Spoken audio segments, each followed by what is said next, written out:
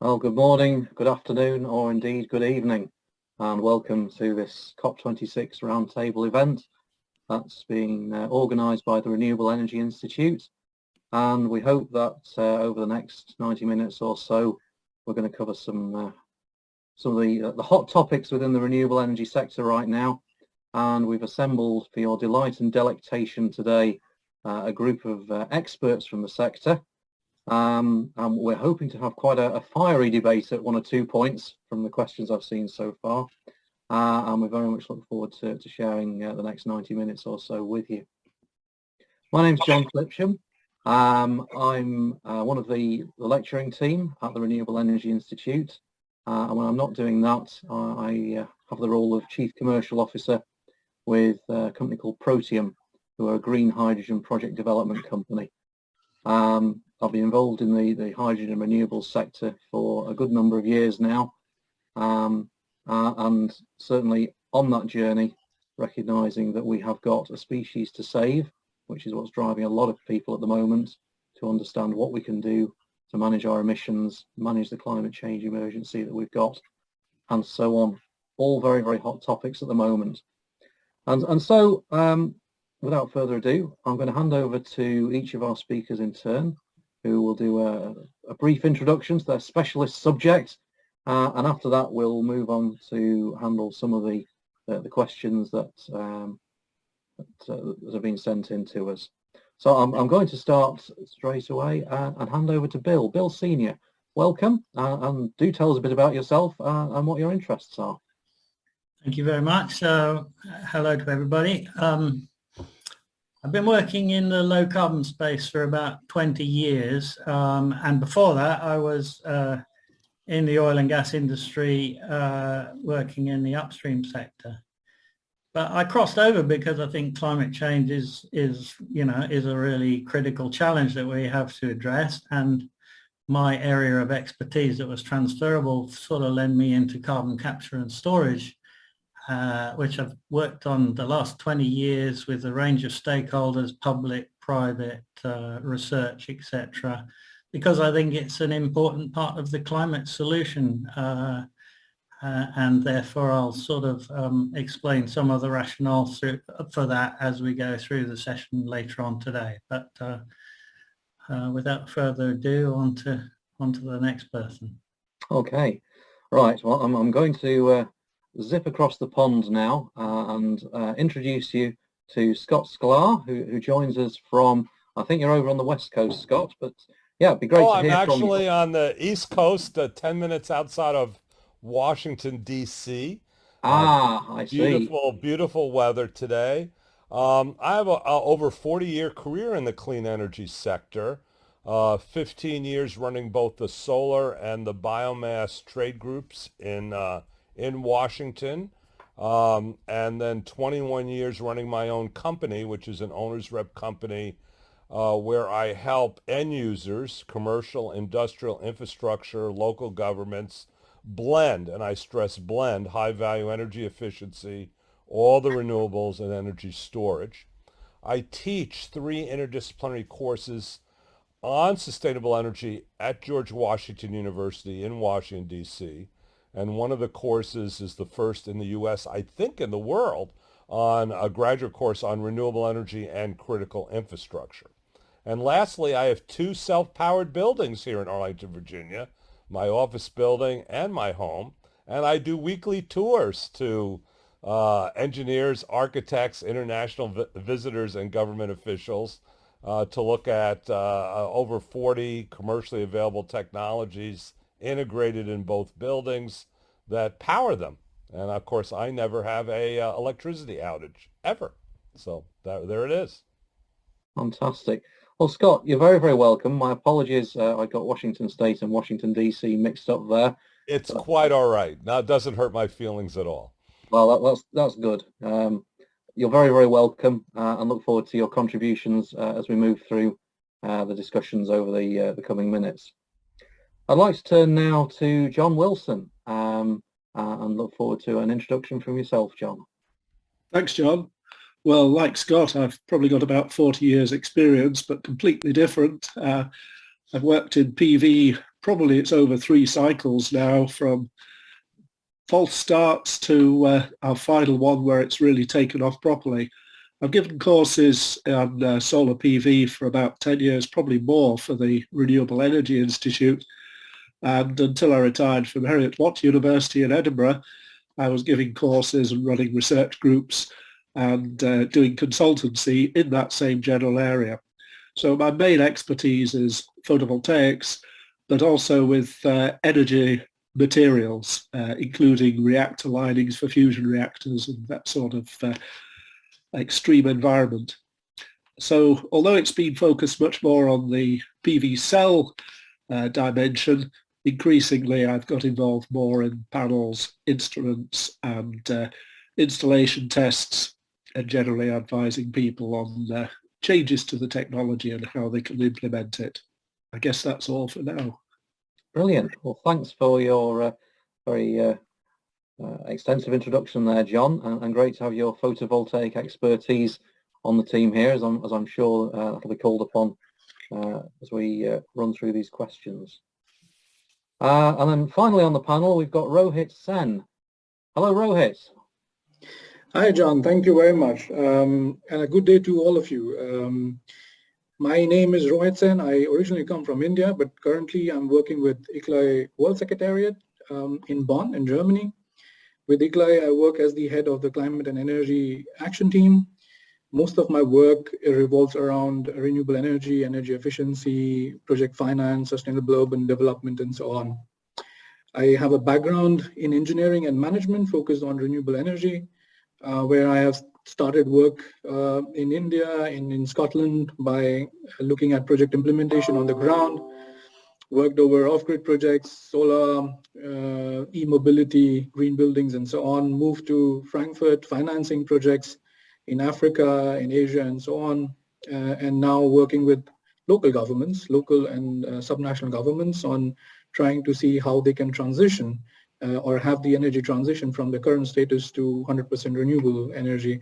And that is something that I am currently involved in, trying to work with cities and regions and see how they can meet their goals on climate and energy action, see how they can contribute towards NDCs, towards the Paris Agreement, also look at net zero emissions target, through which they would look at how the energy transition is helping them. So yeah, thank you very much. Looking forward to the conversation.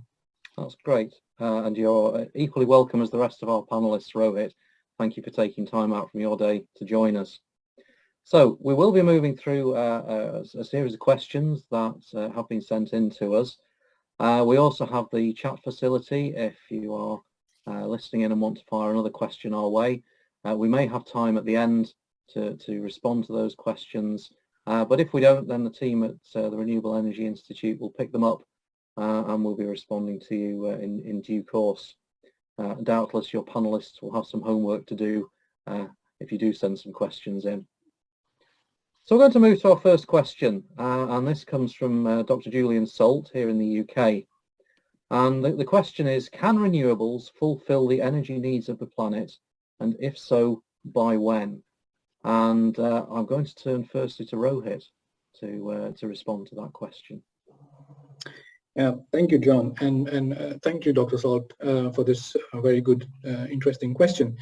The answer to this question is yes and no. Why? Because renewable energy cannot do it alone. So there needs to be a big chunk of energy efficiency linked to it and a big chunk of energy conservation linked to it. So all these three things taken together into the local climate and energy planning, or at the local level or the national level, can solve the problem. Renewables at the moment, with the current technology we have, yes, it is achievable. Maybe some regions are looking at 2030, some are targeting 2050, some 2060. This is, of course, dependent on a lot of other things, which connects to policy, which connects to finance. But there's something that we do not know yet, is how technology is going to develop. So what you see today can completely, tomorrow, or let's say in the next 5 years, what comes out can completely change the game. It could just speeden up everything, and the transition could be just much more faster, and we can achieve this earlier. Nevertheless, we need to see that a lot of things get done by 2030. Thank you. Thank you. Scott, would you like to come in at this point? Yes, of course. Thank you. I would like to say that I want to agree with what was just said, but I want to amplify some things. And that is, we have a think tank here in the United States called the Council for an Energy Efficient Economy. And they've done a couple of studies that show that high value energy efficiency, and then we're talking about buildings, transportation, industry, and also frankly on the grid, could meet half, reduce our energy use in half faster and more cost effectively than, let's say, a generation. And I teach in my class it is always less expensive to save energy than generate it from any source. And of course, it is less expensive almost by half. So efficiency really has to be the first thing that governments and community groups and institutions have to drive. Once you reduce the energy use loads dramatically, then it is quite possible to use the entire portfolio of renewable energies tied with energy storage to meet the rest by 2050 without question. But of course, we don't have all governments pushing as they should on energy efficiency, and until you do that, you're not going to be able to meet the goal that the Paris Accords have out, or most scientists agree we need to do. Thank you. Oh, that's absolutely relevant to the discussion here, Scott, and thank you for raising that point, because this is a journey that we have to go on, and starting that journey with us as individuals, and trying to balance that with what is governments and indeed global collectives are trying to achieve. This is almost two polar opposites, and I apologise for the sort of climate-related pun in there. But thinking about what we can do as individuals to make this change happen, because we have a growing population, and a population that is increasingly demanding more and more energy. So as we, if you think about how life was a few years ago, when the most you had in your bedroom was perhaps a light switch, and we now have light switches, televisions, and all the paraphernalia associated with information technology and routers and so many other things. We are hungry people for energy, and electricity in particular. So managing that better, I think, is absolutely right to raise that question. So I had a sort of subsidiary question on this, which I would like to consider. Rohit, you mentioned technology and how technology is progressing, and maybe we've yet to develop some of these technologies to the point that they can be applied. In most energy discussions, people are talking about long-term infrastructure investments, and the speed I'm seeing in the renewables sector of some of these technologies coming through is that a product will be launched year one. By the time you get to year 5, it's out of date, and then the next generation comes in, and the next generation beyond that. How this again, it's a mindset change. So it's a question really to anyone on the panel. How do we manage this long-term transition with short-term bursts of technology development happening? Wow, that's a hard one to Yeah, I just thought I guess I'll be a hog and start up a respond at least. We've all in our individual lives of everyone on this panel. I look at the technology change I have lived through. When I was young, I have ATM machines, I have fax machines, I have smartphones, I have the internet, I have hybrid vehicles, I have electric vehicles, I have flat screen TVs. The dynamics of change has been unbelievable in my one life, faster than I think almost any generation has ever experienced. So to assume that we are not going to see the same in energy is sort of nonsense. Of course we are. And we've seen, as John mentioned when he introduced himself, photovoltaics has had huge changes. When I first ran the Solar Industry Association in Washington, solar only made sense in space and maybe to run some remote sensing equipment. And, now we are putting in solar at the grid level less than natural gas, privately financed. So are we going to see huge changes in solar and the marine energy technologies and green hydrogen? You bet. But you need expanding markets to attract capital so that we can grab those innovations out of the laboratories and out of the small boutique firms to scale up. So what we're really talking about here, I hope, is how do we drive that transition smarter and faster? And I'll end there. Fantastic. Thank you for picking up the baton there. John, you'd like to come in? Yeah, I agree entirely. With any of these new technologies, whatever the area, as well as energy, there's always a few keeners, the initial takers who are wanting always to have the latest, and they will certainly use that, whether that's on the individual domestic basis or whether it's an area, whether it's a city basis. There will be people prepared to take on new technologies, knowing that they will have to keep innovating and keep changing as new versions come along. But it really isn't going to take off until, as Scott said, you've got the investment as well. And the investment, of course, will come when people see that they can make money, they can make profit, they can get influenced by investing in these areas. And I think maybe the other big change that we've had is just the whole social media. There's a lot more pressure groups that can set up demands which may or may not be listened to for change. And that might be another driving force that will force governments at that level to change before they're really ready to. Yes, of course, no one wants to buy a technology really knowing that in a year it's going to be dead to start all over. To start somewhere. That thing you have somewhere, and it's just how fast it can be encouraged. And I think the two things that do encourage change are certainly investment, and the other one is legislation. Mm-hmm. If there's legal reason to change from one to another, that can often be the fastest thing that will happen. It's certainly changed in Britain, of course, the petrol and diesel. Diesel cars have now been seen to be undesirable, mainly because of all the rumours that came through initially from the government saying that diesel would not be allowed. Now, whether they can put the same sort of pressure on for electric vehicles, we still have to see, but it's certainly beginning. Okay, brilliant, thank you. Any of the other panellists want to come back on that point I made about technology? Bill? Well, maybe I'll jump in there. I mean, my worry is that there's not enough urgency around the transition.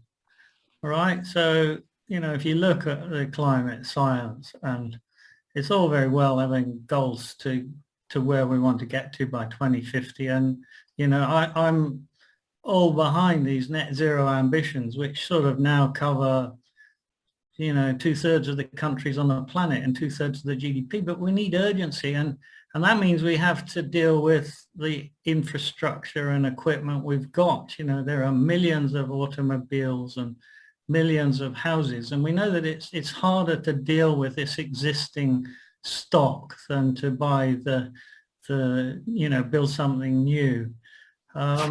And I'm an advocate really of using everything in the toolkit. Don't renewables, absolutely, I'm all for it. And energy storage, we need to make huge progress in energy storage and demand side management and energy efficiency. But I think we also need these other things like nuclear and CCS, which is, it feels uncomfortable that it doesn't belong there in the long-term future. But we need to get on with cutting the emissions from the infrastructure and equipment, whether it's power, factories, the grid, and all of that stuff. So, I want to see a sort of track where we use everything in the toolkit, both the smart new technology, and we tidy up and sort out these old sort of legacy infrastructure. That none of it's very sexy stuff. Interesting. Good points there, Bill. Thank you very much indeed. It brings to mind a quote that I use on certainly one of the courses that I teach for the Institute, which is that there are no silver bullets, but there is silver buckshot. And talking about this plethora of different technologies that there are out there, actually, I think you said we need every tool in the box. It's a paraphrase of the same expression. And that neatly leads us on to the next question, which comes in from Tushar Jadhav, and I hope I pronounced that correctly. My profound apologies if I haven't. The question comes from Tushar in Singapore. And I'm going to split the question that you posed, Tushar, into two, so for the ease of getting a response from the panel here. So the first part of the question is, which renewable energy technology will be more useful in future? Maybe will be most useful, or you could even consider what will be less useful in future. So John, can I turn to you first of all for your thoughts on this? Yeah, thanks. Which is going to be most useful? I think the problem is that it's different energy sources, shall we say, for different countries and different areas. They've all got a part to play. There isn't a single one, as we've just said, that is going to perhaps dominate. There's also a lot of misunderstanding at government level about what is appropriate, what isn't. We've suffered for that for years in UK with wind and pumped hydro and all the other things, which one should dominate. But there are very good geographical reasons for one to be more important than the other. And so just on a broad front, I don't think there is a complete new one. If you want to look on the very broad scale, you could say the one that's going to solve all the problems is fusion, but then it's always going to be solved. So that one is a long, long way off still. I'm not an advocate for fusion energy, although it's certainly a great wish that it would do the job. Okay. They say it's always 40 years away, and it's been that way for my 70 years. I would like to add to this too. I don't believe in this idea of one technology solving any problems, and it's not going to really happen that way. And John's response is exactly correct. It really depends on where you are, what resources you have, what is the character of your energy demand, frankly. And but more importantly, there's an evolution going on that I wanted to highlight right now, and that is the whole issue of microgrids, which, by the way, can interconnect with the utility and make portions of the utilities, electric utility grid stronger. And then if there are problems somewhere on the grid, they can seamlessly back out and power a region or a community or a building with what they want. And what's very interesting about microgrids is, and it's an evolution of energy storage technology, sensors and controls and apps, and of course all the different renewable technologies. But these are generally, the way I'm talking about microgrids, energy storage surrounded by a group of renewables, and sometimes some legacy diesel or natural gas, but mostly renewable driven. And it's booming. I mean, it is having a growth rate about 30% a year. It's all over the world. And what we're seeing is that really is the future. It mimics the self-healing grids that we have in cellular and communications.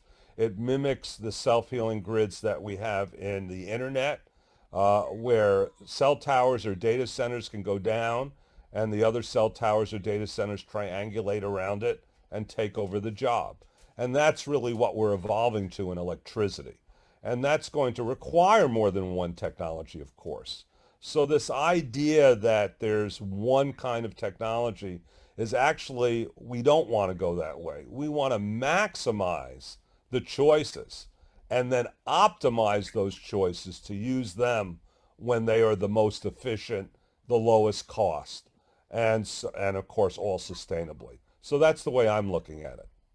No, that's really helpful, Scott, and I'm really pleased you mentioned microgrids, because it does give us a chance to perhaps develop a discussion as to how the global energy system of the future is going to look, how it reshapes from being centralized hubs with spokes going out to actually a plethora of little spots, and then how they relate to each other. And your point about self-healing is absolutely valid. As we increase penetration of renewables, the grid that was in place right now has got a lot of challenges associated with it. It was designed to serve a hub and spoke distribution model. Whereas now, with the way that renewables are being generated, which are, not to say invariably, but most often at the extremes of the locations, because that's where the land or the sea real estate sits, this really does put real pressure on our existing infrastructure. So to come back to an earlier point about how we use that infrastructure and repurpose it and make sure we're sweating the asset, I think microgrids are a key enabler of the energy transition. I think that also knocks back to the earlier comment that you made about that this starts from home with our own efficiency. And if we have our own micro generation and we've got excess, well, why spill those electrons? Why waste those? Let's make use of that. Let's and put those to good use. And whether that's a peer-to-peer trading network, or whether that's in there to provide at a very low level some degree of system reinforcement, I do think, and I agree entirely with you, Scott, microgrids have got a vital role to play in the future. Bill, you're nodding vigorously there. Can I put you on the spot? Well, I think both Rohit and I've got something to say, but I think one of the biggest challenges today is around the managing the sort of intermittent demand, all right, and intermittent generation. So, how do we, in the UK, we're looking at a huge build out of offshore wind, talking about 40 gigawatts.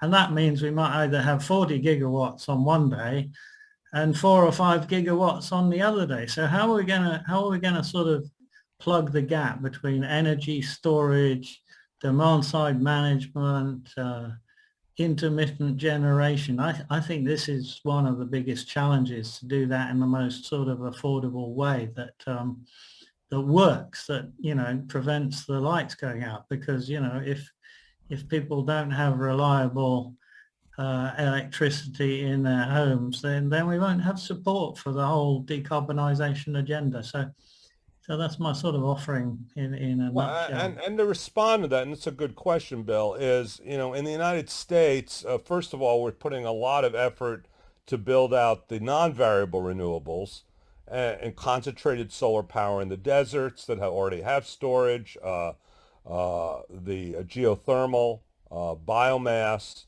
and the different water technologies, marine and hydro. A lot of it's free flow hydro or built on existing dams. And those are all 24-hour power. And by the way, Scotland is the world leader of marine energy, and I am just stunned at the innovation and the scale that's moving to. But the second one is we're putting in gigawatts of both pumped hydro for storage and batteries of all types, not just lithium ion. And we have gigawatts going in, and that's in anticipation. And you're really not seeing very large wind farms or solar farms now going in without some kind of storage component next to it. And I really think policy on the regulatory side and on the national and local government side is to drive that agenda. So if you're going to have variable renewables, you got to match up the storage to do exactly what you're talking about, so we have full demand. And so I just wanted to comment on that. No, I agree, and I think the trouble is it's complicated for the policymakers. I mean, I get the feeling they can't get their heads around it, because it is. That's absolutely true. And I think the mix of renewables is absolutely vital, but this is the gap that we've got to make sure doesn't fall through, so the lights don't go out for any extended, at all, really. Yeah, not acceptable, right? So I'm going to conscious that Rohit, you've not had a chance to contribute on this particular question. Is there any angle you'd like to come in on, perhaps thinking maybe on some of the policy areas around which technologies are going to make it through? Yes, thank you, John. Actually, I wanted to come in the last one as well. So let me answer them in one after the other in sequence. So first of all, your question on the technology, whether innovation, whether technology upgradation or update is a good thing or bad thing, it's absolutely a good thing. Innovation is needed, whether it is for technology or application of a certain technology. As long as we have a circular economy linked to it instead of a linear economy, to these things, this should be a good thing, and implementing it should not be such a problem. Yes, the commercial aspects are linked to it, the operation lives are linked to it, but this is something that can be managed. Second, I do agree with my fellow speakers, but I really do not agree with the fact that gas and nuclear needs to be used. Yes, it can be used during the transition, but eventually it should be and it will be phased out.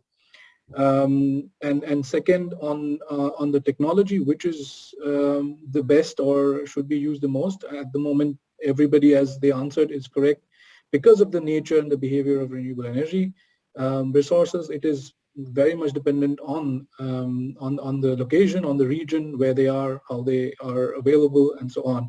But nevertheless, just to answer Bill's comment on lights going up, it's something that can be modeled, because if you use storage, if you use the existing resources, if you use the grid, which is then connecting you with other cities, regions, and in some places even countries, you would definitely be able to source your electricity out, because just like the demand is not same at everywhere at every given point of time, you will also not have renewable energy, let's say wind or let's say solar, same at every given point of time in every region. So there is a trade-off over there. Adding to this needs to come a behavioral change and a change in the consumption of the way we consume, So that is also added to this. So when you put all these things together, you will see that based on renewables, energy efficiency, energy conservation, and the behavioral change at the society level, you will be able to address and achieve this energy transition. Perfect. Rohit, thank you. Again, some really valuable clarifications there and different perspectives, which is great.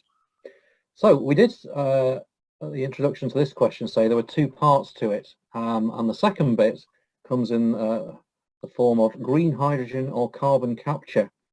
Now, I guess this falls directly into certainly two of the speakers on the call, which is myself and Bill.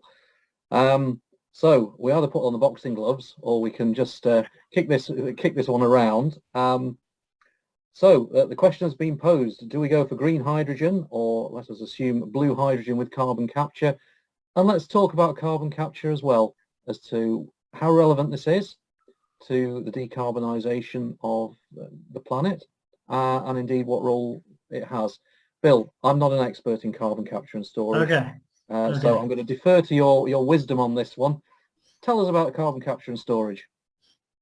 Okay, the one way I think about net zero is that you obviously have to decarbonize all the sectors of the economy, right?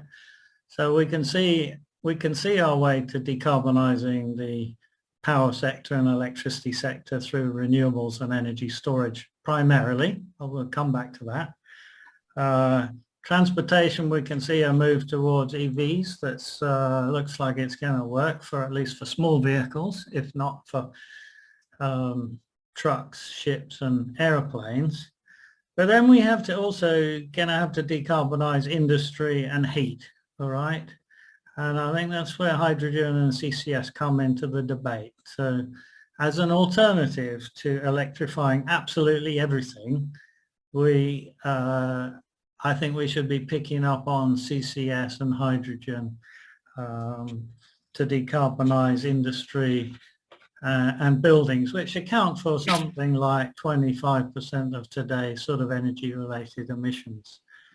In the UK, we've been thinking about net zero since it was sort of passed into law about 2018, and that's led us into a discussion about decarbonising industrial clusters and regions. And the plan we're working towards is using a mixture of CCS, renewables, green and blue hydrogen in these decarbonised clusters. And we're seeing the sort of convergence and crossover between green and blue and renewables and fossil and CCS. But the energy intensive industries that we're going to start with decarbonising using CCS and hydrogen are steel, cement. Part of the CO2 emissions from cement are from the process, so it's quite hard to decarbonise them any other way. Refineries, petrochemicals, fertilizer plants, waste plants. So that's, they need to be decarbonised, and we need to have those functioning in our economies. And CCS and hydrogen look to be the options for that. I still think CCS has a role with power, at least in the transition, by providing flexible on-demand power that's low carbon rather than high carbon. So in the UK recently, they switched on coal-fired power plants to back up the grid. It's not a good idea. We don't want that.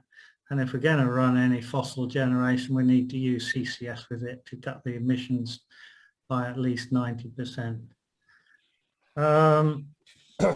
And then there's the gas grid. How are we going to heat our homes and buildings? Is it going to be a fully fledged move to electricity, or is it going to be via hydrogen through the grid? Well, that's a big debating point. And it's particularly hard if you have an old house that's been around a long time, because some of these electric air source heat pump systems, I've looked at it myself, they don't look very attractive at the moment, and they look very expensive to run. And I'm not sure my wife would be happy to get cold when she can't ramp up the heating. So, and then the other role of CCS in the long run is about negative emissions. So to counterbalance any remaining emissions in the system through either bioenergy CCS or direct air capture and CCS, all of which involve, preventing the CO2 from getting into the atmosphere. When it comes to hydrogen, there's this blue versus green debate going on at the moment. The cost curve today for the first round of deployment depends on the fuel cost, depends on the location, and there's some places where green looks like a good bet on affordability, but in many other regions, blue is at the moment the lowest cost option. And affordability in all of these things is important for the policy argument, and that's why I would at least get started with blue hydrogen.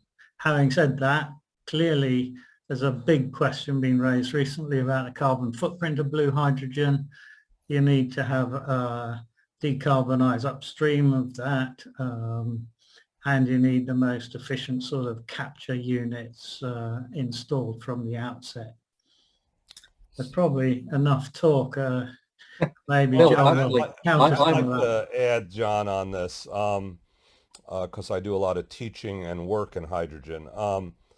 First of all, carbon capture is needed. I'm not going to argue that at all, but it's not the end game. It's a Band-Aid, and we don't have it really. We have some nice experiments in it, and we have to reduce carbon very, very quickly. So energy efficiency is the first track, and then renewables, and then carbon capture. And so that's the way I see it, because we really don't have carbon capture worked out or scaled yet. So, you can play around with that, and we do have renewables and efficiency scaled now. So that's issue one. The second issue on hydrogen is we have a lot of renewables where they're pumping out power when you don't necessarily need it. Wind is the best example. In the United States, most of the wind actually blows at night. And of course, we're sleeping. So we shifted to the earlier regions where the time's earlier. So from the Midwest to California, that's great. But it's still blowing after that, and they go to sleep. So to be able to electrolyze water and create hydrogen makes a lot of sense and is cost effective, because the capital costs of the generation are already there, and actually the wind's blowing like crazy. So we need to marry the green hydrogen with the right technologies and orchestrate the right markets. In my mind, the right markets are heavy-duty trucks and airlines mostly. Potentially enter some of the building heating systems too, maybe number 3. But the idea of building a hydrogen system that's not based on renewables in the long term makes no sense. In the short term, it does, because we have a lot to learn in scaling up hydrogen. Hydrogen, although is a wonderful fuel, and by the way, I have a hydrogen fuel cell that augments my office building here in Arlington, Virginia. So I love the stuff, but we still have some kinks to work out of that system. It's also a very young system. So making it a blue hydrogen system in parts is fine, as long as, again, we understand the end game is to move to green. And that will allow us to do it and give us some time to do it. So that's my viewpoint on those issues. Okay, interesting. I just want to counter one point there, is that carbon capture is working at scale today in a range of industry applications at commercial scale. And we need to deploy all of those things you mentioned in parallel, not in sequence. Otherwise, we're not going to solve this climate challenge. I totally agree with you on that, Bill. Absolutely. Totally. Okay. Any of the other panelists want to come in on this? I mean, I just wanted to mention a point, not to forget the technology, not just focused on hydrogen, let's say fuel cells or electrolyzers and so on, but also with respect to developments happening in other sectors, like with materials, like with construction items and so on, because those things are also impacting our day-to-day lives, energy consumption, because today you find, these phase change materials which can actually give you heat, can save the heat or reduce the loss of heat. At the same time, you have these polymer coatings for various buildings and equipments which can further reduce the energy demand and so on. So that definitely also would play an important role on how our heating requirements, cooling requirements are changed in the future. Okay, thank you for that, Rohit. John, any quick comments on that? Yeah, just a couple of things. I mean, if we're looking at greenhouse gas emissions, then of course that's probably the most urgent matter to address. We've seen that we've got all sorts of energy sources and we can smooth it out with storage and so on. But we do need to reduce these emissions now. Certainly in the UK and many other countries, about more than a quarter of the gas emissions come from transport. Although that's down a bit in the last, 20 years, it's still high. And another quarter comes from the energy supply industry, which is much lower than 20 years ago. So we've already reduced it, but it's still high. So those are the two things that we've got to reduce. And in that case, we certainly should be looking at hydrogen as an alternative, but certainly we do have to look at carbon capture. I've certainly been very suspicious about it over the years because it seems to demand an enormous plant to add on to a traditional fossil fuel electrical station. So it does mean that you've got an enormous plant and effectively you're only getting out a little bit of what you really want to, because so much of that energy has to go back into driving the cycle. But on the other hand, it's needed. When we look at the overall picture, we do have to get these greenhouse gas emissions down. And if we have to fill in for a time at the moment with additions to renewables, maybe that's the only way we can do it. But as Scott said, it's a short term. Yeah. So on that point about timescale, there's many points and arguments and things I could stir in from certainly a green hydrogen perspective on this. But timescale, if we're going to go for a dedicated blue hydrogen production, that's 20-25 year of asset running at 90% maximum, based on the data I've seen, carbon emission reduction. That's based on the hydrogen production. We still have to, as you rightly say, Bill, take into account the fugitive methane emissions. So there is a kind of a conspiracy question maybe, that is blue hydrogen in effect a way for the extraction of natural gas to be proliferated and taken further? And just taking that to the extreme, I did read something the other day about a company that extracts lithium from the brines produced from enhanced oil refining. So in fact, you need to extract more fossil fuels to extract more lithium to make the batteries. You can see where the argument's going. So it's certainly a kind of a reverse circular economy argument there. So, well, I think the capture rate for the more advanced blue hydrogen technologies that are being considered is actually 95%. So that's obviously better, but it's an issue. Yeah. And it all comes back to these trade-offs between affordability, scale, carbon footprint. It's all very complicated. I think we get started on blue and we bring in green as quickly as we can. And if you're in a different region, you've probably got bigger opportunities for green hydrogen up front. I think what we haven't talked about in hydrogen is actually there isn't a market really for hydrogen at the moment. Nearly all of the hydrogen that's used today is used in the industrial sector for things like refining and that. And it's mostly made from either coal or gas, without any carbon emissions reductions. And so we have to create a market mechanism to decarbonize hydrogen that, makes it either a market mechanism or a mandate that says it has to be low carbon or zero carbon, if that's what we're going for. Okay, brilliant. Well, certainly for me on the green hydrogen side, as we build out renewables, it provides multiple opportunities to build out hydrogen at a variety of different scales. And I think matching up green hydrogen production with renewables is an eminently sensible part of building out this new infrastructure. And indeed, back to your comment about microgrids, Scott, hydrogen at a localized level has got a role to play. And one of the images that I use on the course is that of the village pump. And if you I don't know if it was the same in other places, but as communities built out, you'd find there was generally a place of worship, a shop of some description, and a petrol pump in each sort of locality. And in fact, are we moving away from a more consolidated distribution to a much more granular, very, very localized distribution? In which case, some of this hydrogen stuff makes a lot more sense.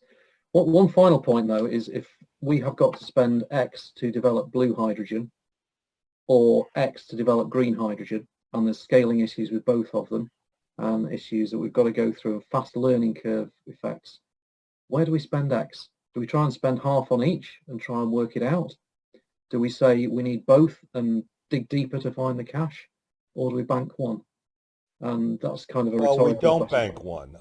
You want the market and the scientific community to be rushing on all sides of it, and you will create new kinds of innovation from it. If you bank one, you'll lose the innovation on the other side. So, and they feed into each other. And of course, as blue hydrogen scales up and renewables further scale down, there ultimately will be the crossover. So, blue hydrogen is a transition, of course, to the green hydrogen, but that's fine. And we have a big natural gas infrastructure in the world.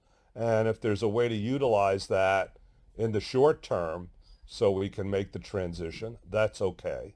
And lastly, I don't agree. I see the airlines going big time into it. That we have in the United States huge, we're talking hundreds of millions of dollars per airline into hydrogen, and that we want that to happen.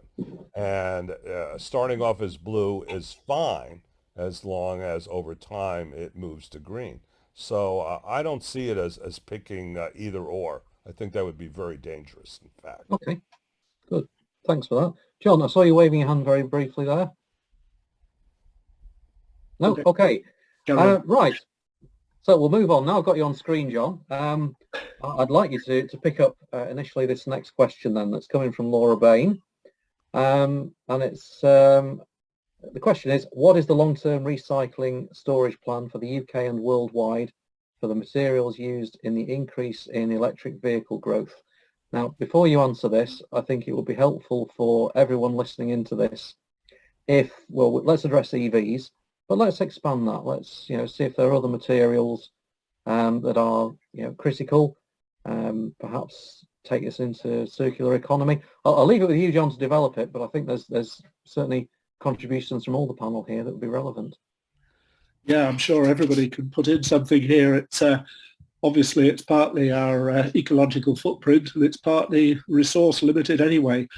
If we look in general at the modern world, of course, there are a lot of materials we use which would never have dreamt even existed not so long ago. And just as for fossil fuel economies, renewable energy uses materials that have a limited supply. Supply limits could come from various mechanisms. Partly the global demand is increasing for some of these materials, partly the production is limited because there just aren't the resources in the earth. And of course, then there are sort of geopolitical restrictions on access to some of these. So there's a number of reasons, but governments all around the EU, the US, China, I'm sure they've all looked at this, and there are a number of critical raw materials which are needed for all sorts of purposes. And just confining ourselves today to magnets for electric vehicles, wind turbines, for batteries, for electrical contacts, even for conduction. Of course, there's a big list. I think at the moment we would say that there's around about 30 critical materials. And although this picture can change from year to year, it does mean there's an awful lot which do have limited resource. For instance, rare earth metals, which are not earths and not especially rare, are actually in great demand. We use things like dysprosium for magnets, and they make our machines work much better. We use lithium for batteries. Although there are alternatives, lithium is still one of the front runners, and it will remain for some time. We use indium for transparent contacts on PV, for instance. And we use a lot of copper for taking our electricity around. And we also, even for carbon capture, we use catalysts like vanadium and platinum. So all of these elements are in limited supply. Now, there may be so many years left, there may be so many months left. A lot of that depends on how you do the estimates. It's notoriously difficult to estimate mineral resources. Because by some accounts, we should have run out of oil long ago. But of course, new resources are often found. So resource analysis isn't exact. New reserves are found, new byproducts are found, and new design also reduces the demand. But it still comes down to it that for batteries in particular, we're certainly going to be in demand more than we can easily obtain at economic cost for things like lithium. So these are highly critical, something like 32 metals, as I said. And the other thing to note is, of course, that China dominates the supply of many of these. There will be other resources around the world that could be brought in, but China still dominates the supply of many of these materials. So that obviously means, as John mentioned, circular economy. We have to stop using and throwing away stuff one-off. We all know that. There's a bit of legislation that way for recycling electrical machinery, but it's got to be done on a much bigger scale. And I think the answer is that this circular economy, where you use something and put it back in and use it again, does take energy. It does involve greenhouse gas emissions on the processing of each of these end uses, so that you've got a material which is pure enough to put back into the beginning of the manufacturing cycle, but it is essential. And I think the only way it's going to happen is, as is just beginning to show, there are big business opportunities. There's vast amounts of electric vehicle batteries going to come out. There are certainly vast amounts of solar panels already beginning to reach the end of their life for the first installation phase. That's going to increase. And all of these should be treated, as some people recognize, as a mining resource. They already contain the materials we need. There are a number of international projects, so it's not all bad news. The OECD have been looking at how to develop policies and identify policies that would encourage this to take place. So that's a sort of high-level chat, but it does mean that it's recognized internationally that we do have to do this, and there has to be policies developed to encourage people to do this. And perhaps the policy will only work when you see how much a business can be set up to make this. There are already existing targets in Europe for collection and recycling of many of these materials. It's not yet enough. And there are a number of new things taking place. India, for instance, which is often cited as a rather dirty manufacturing country, does already have new plants to be set up to recycle their lithium batteries from vehicles. There's a number of big plants planned and more announced just this month. Australia also has recognized the potential value of these lithium resources in batteries. There's $2.4 billion there of business that could be done. Over what period, I'm not sure. So yeah, we are going to have limited resources for all sorts of reasons, politically, if not actually geologically. We do have to use them more effectively. And we have to recognize in doing that as we recycle those materials, it does use energy. Well, that can be encompassed in a proper recycling industry, but it does involve greenhouse gas emissions. Some processes are quite dirty in recycling and purifying, but it can be done. And it's just what scale. I think on the world scale, it can be done if you level everything out. There'll be good areas and bad areas, but the problem as always is local. How can we do it for ourselves? How can we do it for our own nations? Right.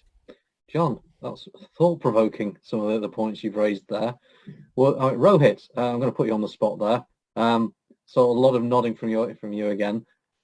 From your side, working more from the policy side, how do you see the policy side linking into this need to manage our critical raw materials better?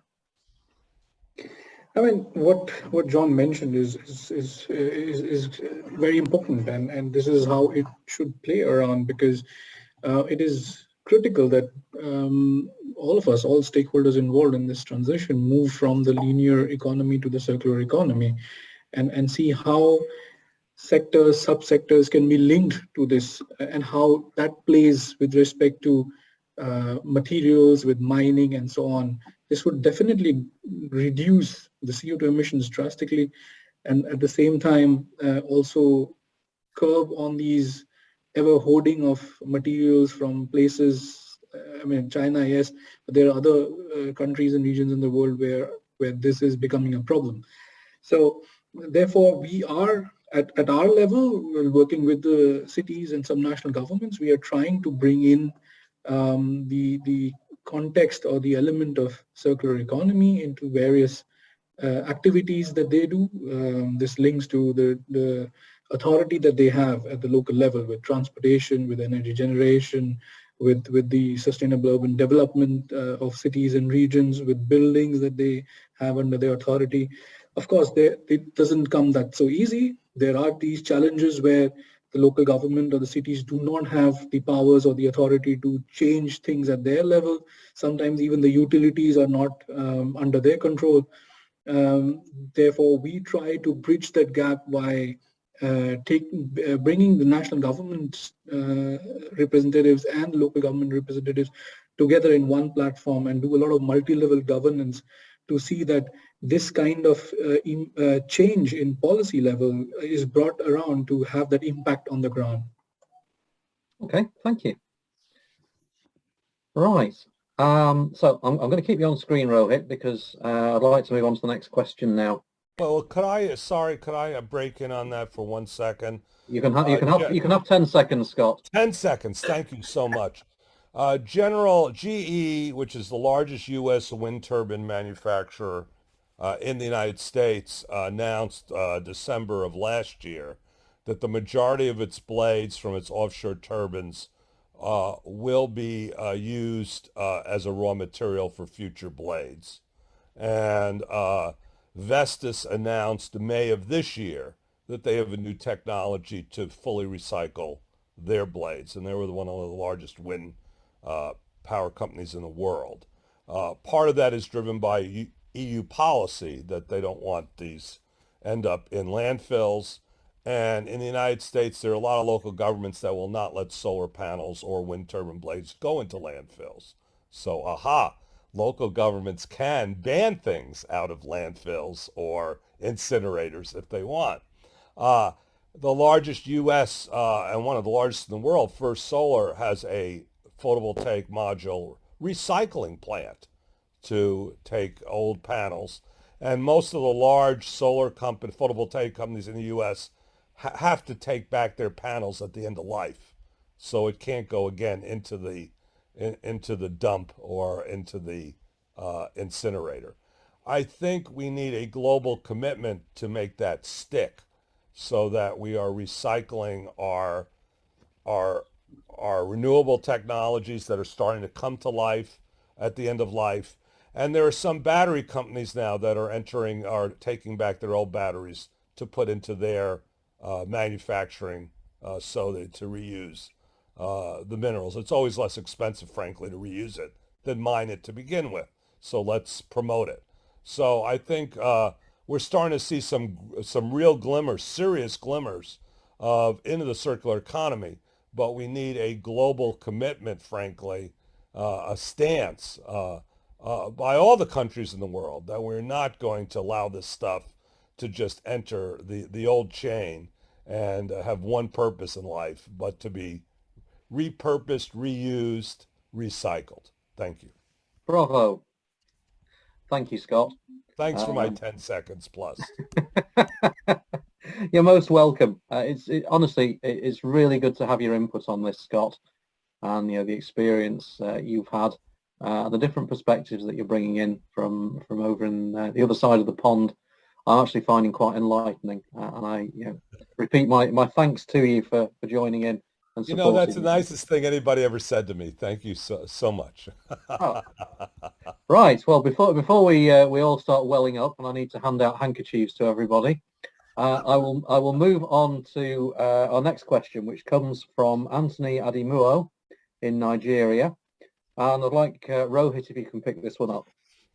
What efforts are in place to make renewable energy available and affordable to ordinary people, and what are the plans to make sure all people, especially from underdeveloped regions, involved in achieving a universal net zero by 2025? Now, lots of sub-bits to that question, so I'll just give you a moment to just reflect on it, and then 3, 2, 1, go. Let me try to answer that, but of course, fellow speakers can also join in and add their bits a bit. Look, renewable energy is available in every region. Of course, which one you have to see in what location are you in. To harness it, whether it is available for ordinary people and whether it's affordable or not is a good question. Efforts are being made. Definitely it is better than the last, this decade you have situations better than the last decade, where the costs, the electricity costs or generation costs from renewable energy has gone down much lower than what it was, let's say, a few decades back. Some places the cost of energy has also reached grid parity and so on. The cost of even the elements, the components of, let's say, whether even if you talk about a PV panel, has fallen like a lot over the last 10-20 years.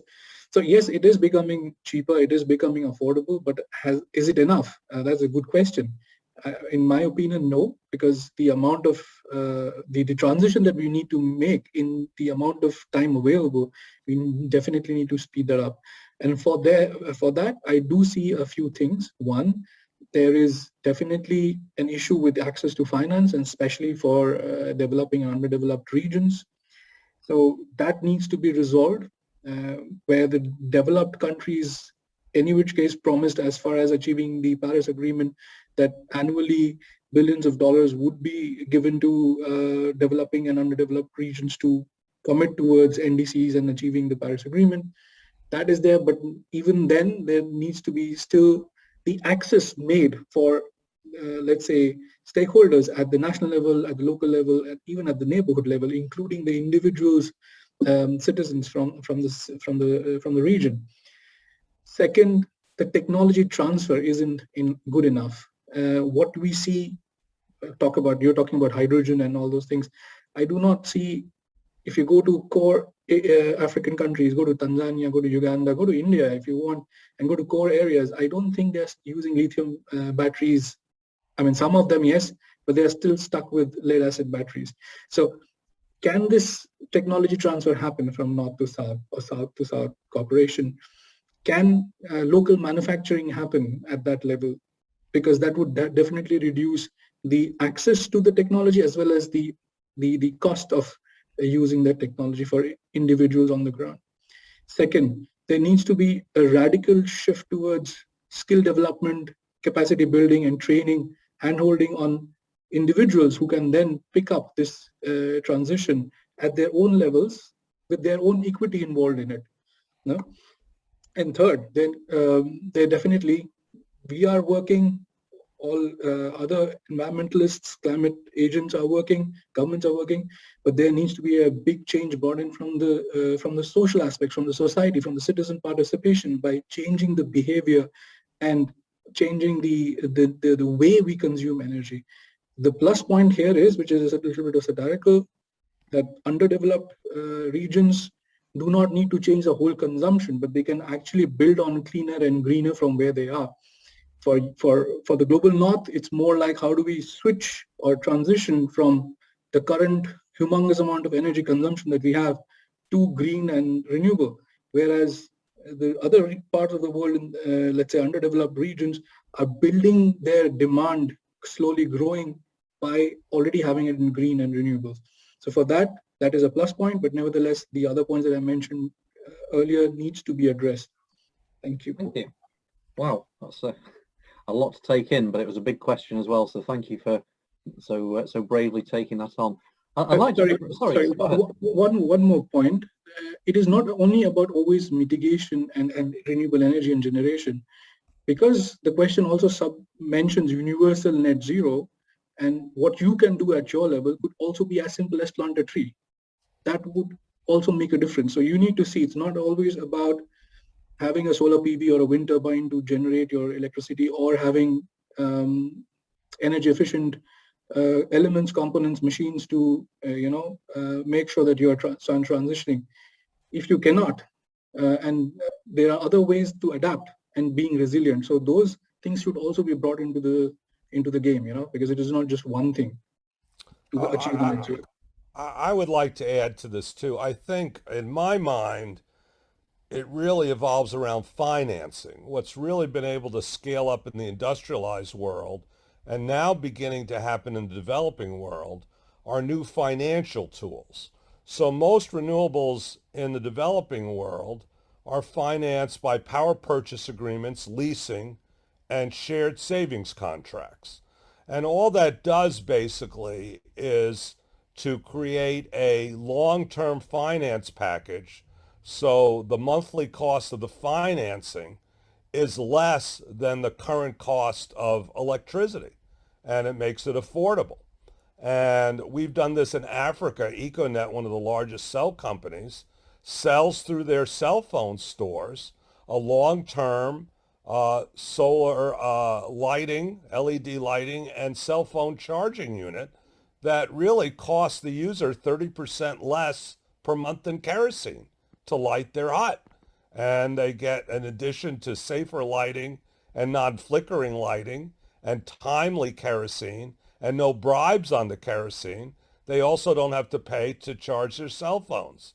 So the idea of creating financial tools that make it lower cost is all over the place. What I truly agree needs to be done is that governments and multilateral institutions need to embrace that so that it's commonly used everywhere in the developing world. And we're starting to see it. We see it in Kenya. We do see it in places in Nigeria.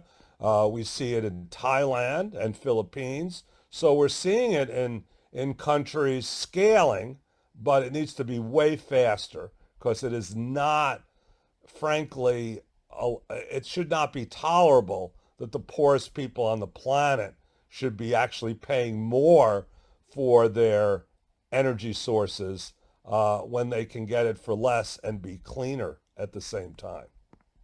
Great. My view, of course. No, that's absolutely valid. Thank you, Scott.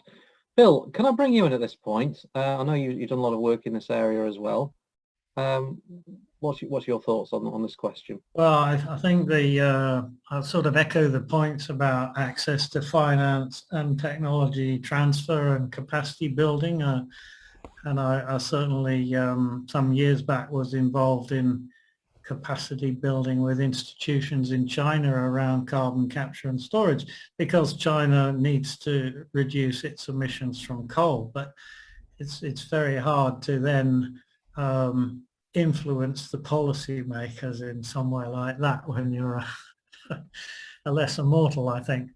There's a couple of other points that probably need to bring in here. I mean, one is around carbon pricing and implicit and explicit. I mean, we all know that decarbonisation needs to be driven by recognition of the price of, well, the cost of emissions, and that you need some effective implicit or explicit carbon pricing. I'm not optimistic for any sort of global alignment around carbon pricing. It's so difficult to get these international agreements at UNFCCC or these international institutions. There's so much diplomacy and political capital. But I think what another sort of related to that important would be sort of carbon credits being extended to other sectors of the economy. So like we've been talking about, we know there's sort of international carbon markets for credits for land-based solutions, and I'm sure if we got into it we'd have a lively debate about how robust those were. But we do need to enable this transfer of funds and maybe other credits for emissions reducing projects in developing countries, such as similar to some of those that existed under the Kyoto Protocol. They need to be introduced, and that's something that maybe progresses a bit further in COP26, and there's a discussion around so-called Article 6. There aren't any silver bullets here. It's all another area that's really complex. I think Rohit did a great summary of that. Brilliant. But, I mean, all the institutions have a role to play. So the sort of international finance institutions, multilateral development banks, even sort of corporate investors. We see, for example, in the oil industry, it's better if a company comes in that has its own genuine net zero ambitions, if such a thing exists, than one that doesn't. And then if they're going to do the development in Malaysia or, I don't know, Mozambique or somewhere, they're under corporate pressure to make that lower carbon than they would otherwise. So that's beneficial, but it's not necessarily going to impact the man in the street. Okay, thank you. So just checking with John, do you want to add into anything further into this, or shall I move on to the next question? No, I think I agree. It's a big problem. The other aspect, I suppose, is that countries that have a resource, even like solar, should be able to sell to others that require it, and maybe that gives them more investment. I know it's happening in a small scale, well below the level of my boyhood books talking about engineers' dreams, such as damming the Mediterranean and using the flow there. There were certainly schemes where you would use solar energy in North Africa to generate electricity and import it to Europe. And I gather that's about to happen for Britain. There's an agreement for a PV farm in, I think, Morocco that will be wired to the UK grid. which sounds a bit extreme, but of course that is putting investment in the energy industry, and perhaps it's one of the ways in addition to microfinance, but it does sound a long way to go. That's I think it's a 60 billion project that's just been announced, that one, John. I was reading about that just before we came on the call today. I just find it fascinating the way that the North African countries are developing those assets so massively, and how, what sort of a shift that will create in the geopolitics around the region. And it's really interesting, the way we have dealt with energy in the past and the way it's emerging. It's just fascinating to be a part of it. So I'm going to move on now. And Scott, this question is fairly and squarely aimed at you to start with. And it actually comes from one of my former students, who I remember with great affection. So this is a question from Alex Woodward, based in Wales. And the question for you, Scott, and then I will come around to the rest of the panel afterwards for comments. How can countries lower emissions and raise climate ambitions while simultaneously attempting to expand their economic growth? There you are, you've got the energy trilemma just kicked straight into your hands there, Scott. Well, there are several tactics being used all over the world on this. I'm sorry to be a broken record, but frankly, the energy efficiency industries, plural, in the United States employ more people than the fossil industries in the United States, which is huge. And it's because there's been a real renaissance in sensors, controls, new materials. We're in a material science renaissance on coatings and films and buildings, and new kinds of insulation and glass and photovoltaic tints and films and all of this stuff. And it's wonderful. So one issue is to really ride that energy efficiency train, because it affects every industry, every housing type, and every vehicle there is. So play it out. The second one that I think is really more interesting, and it was mentioned by a couple of the other speakers, this whole issue of workforce training. We're trying to do that here too in the United States, in the coal areas, of getting people. First of all, coal has gone from over 50% of U.S. electricity to under 20%. So the industry has really scaled back, and therefore lots of unemployment. And we're taking these unemployed miners and other support industries to the coal industry into the energy efficiency, renewables, energy storage industries. And it is transferable skills, and it creates sort of a new economy, other than these sort of closed coal towns languishing in, industries gone by. And these are not the first industries that have gone by either. We have experience in that. So part of it is to reinvigorate, re-educate these unemployed, underutilized people, resources really, into the economy. And the third thing, and one of the reasons I'm teaching this critical infrastructure course in the United States, is the use of distributed energy and microgrids and energy storage is paramount to advancing our critical infrastructure, our shared infrastructure, pipeline pumps and data centers and cell towers and water and sewage treatment plants. All the things we use as common shared infrastructure need to be made more resilient in this climate changing world, and also lower cost and more reliable. And we have the technologies to do it. It's cost effective to do it. We just have to get off our butts to do it.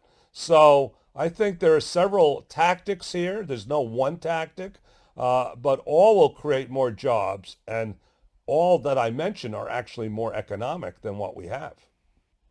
That's house on fire talk, that is, Scott. You wanted me to liven things up here, John. So absolutely right. And that's brilliant.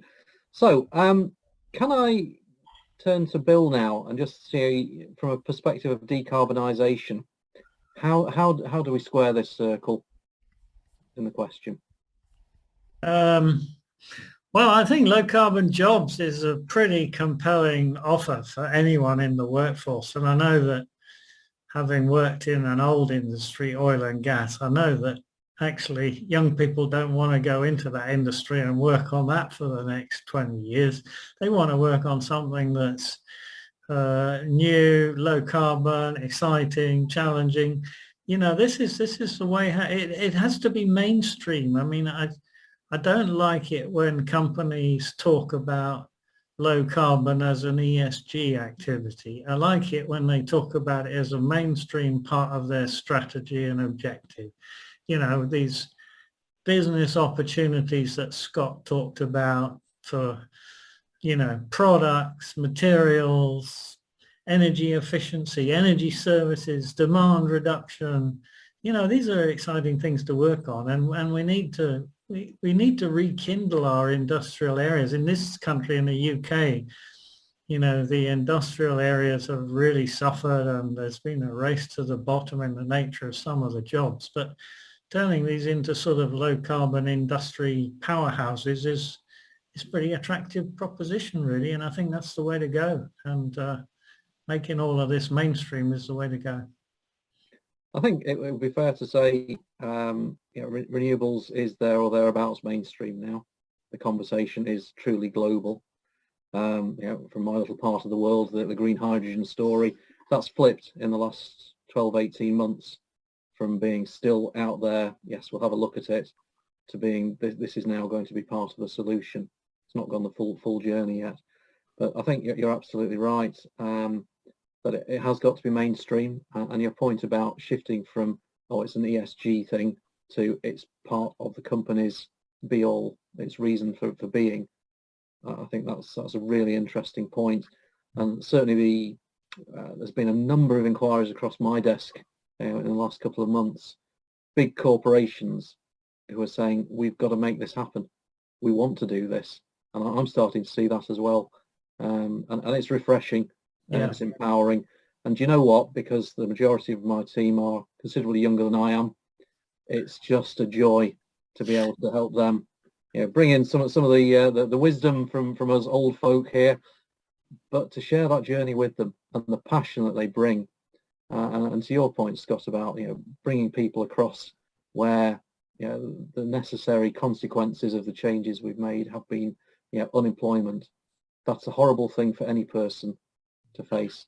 And if you are putting that, you've lost your job because we are balancing off our climate change responsibilities, and we want you to take personal responsibility for this, you're adding an extra dimension to that energy trilemma. You're internalizing that, and I think we've got to plan for this. We've got to manage that process, because people are absolutely what we're doing this for. As I said at the start of the conversation, this is about the species and how we maintain the species. So I'd like John, would you like to come in on this question as well about getting this balance right? Yeah, maybe a couple of comments. I agree entirely with what people have said. It's a training requirement, of course, which is quite tough. We've all, I think, who've been giving courses have been involved in that, and I know I've been giving different courses to folk who are unemployed, trying to scale up what they can do. And it's a struggle for them. It's a completely different experience from the sort of things they've been doing so far. I think a couple of comments on a national scale or international scale. I don't think any longer that GDP is directly coupled to energy consumption. That might be partly the sort of information technology support, but I think they are beginning to be decoupled, less heavy industry perhaps, and that's one thing. So we shouldn't always look at expanding GDP, meaning you have to consume more energy. Recycling we've talked about already. And maybe there's another aspect which hasn't worked quite so well in Britain, but has certainly in Scandinavia, where local government is slightly different. There's quite a degree of autonomy, and perhaps to some extent, like it could be in the islands up where you are, John, local communities could actually own more, which would generate even more. And sorry about that. gone. It may not be me. Visiting Norway some years ago when the daughter worked there, we came on a very small community that had fantastic infrastructure, all sorts of sport holes and equipment and local companies set up. We said, how do you afford it all? They said, we own the hydropower plant and we sell our electricity to the smelter the other side of the mountain. We dug a tunnel through. There's a cable goes through and that's where we make our money. So maybe local communities could take a bigger ownership in that. But it all comes down to our grid system, I guess, in the UK. Interesting. That brings in a whole area there of a just transition and the democratisation of energy, about which possibly another question on another occasion. But that's super. Rohit, any final comments on this question? No, I mean, everyone has put in the points, which is, up to the mark. I can only say, yes, we need to bring in all kinds of possibilities of applying various models that can be implemented, whether it is community energy, whether it is PPP ways of putting it, whether it is power purchase agreements, whether it is somebody selling electricity in London and somebody buying it in Dundee.